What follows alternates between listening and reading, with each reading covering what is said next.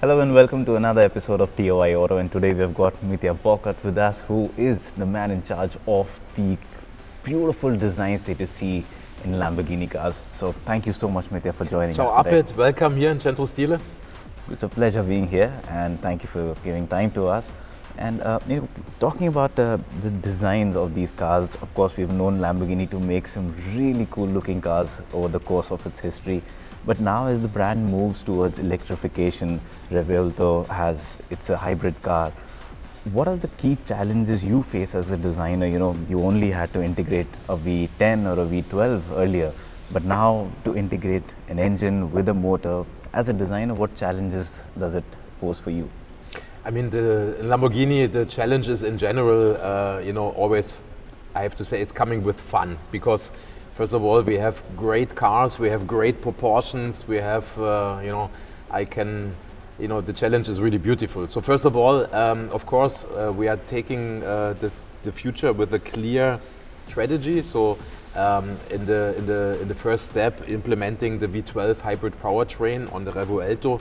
The challenge, let's say, was to package the interior because we have the battery in the center tunnel.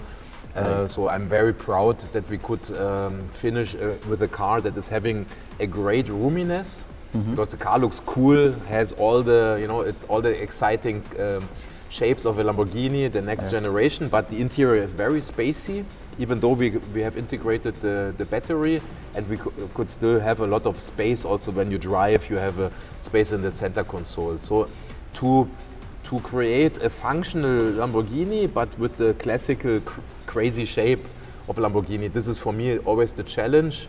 Of course, in the future, the performance will be always more important.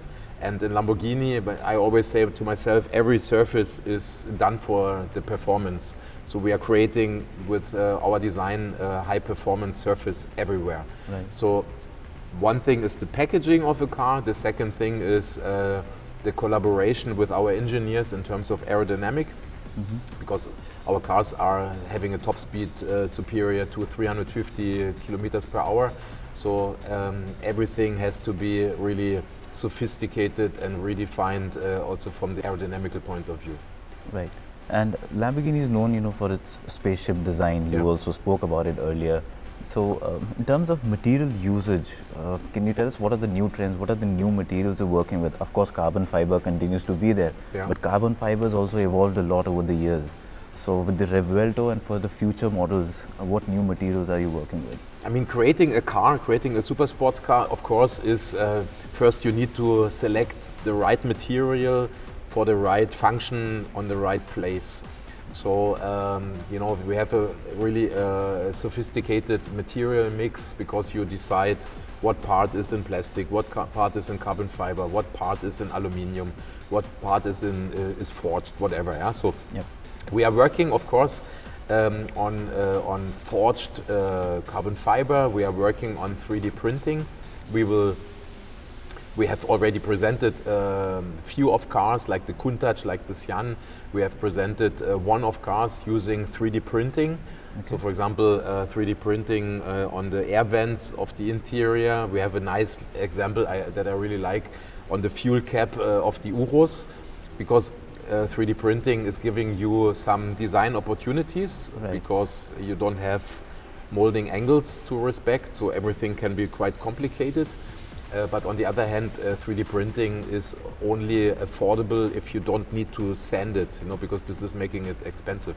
So the design is, you need to design also using what we call the moiré effect, and you need to work with the graphic to hide the fact that that it's printed in layers. Yeah. So there is when you ask me for an outlook, there will be for sure in the future.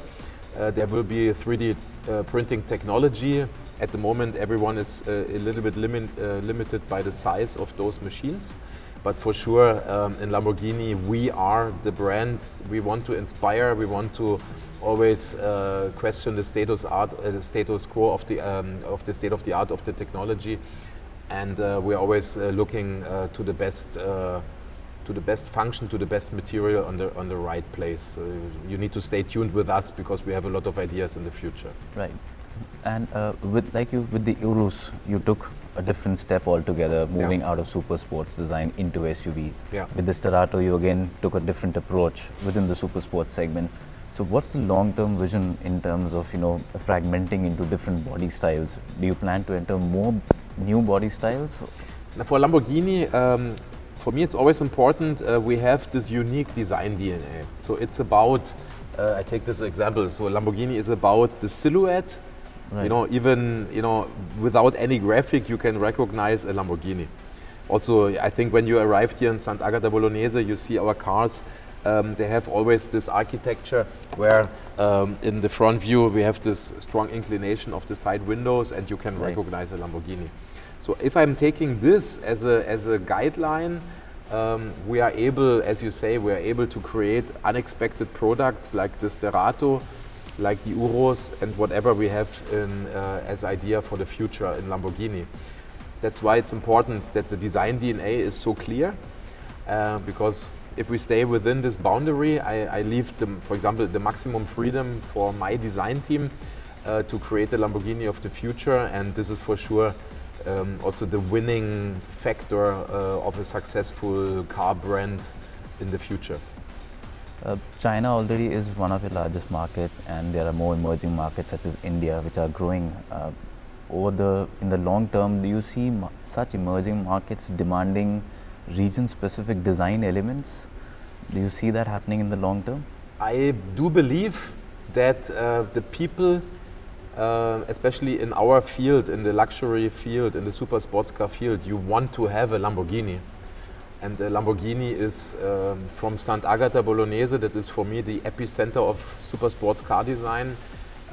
They want to buy something that is designed here, developed here, so it has to come from here.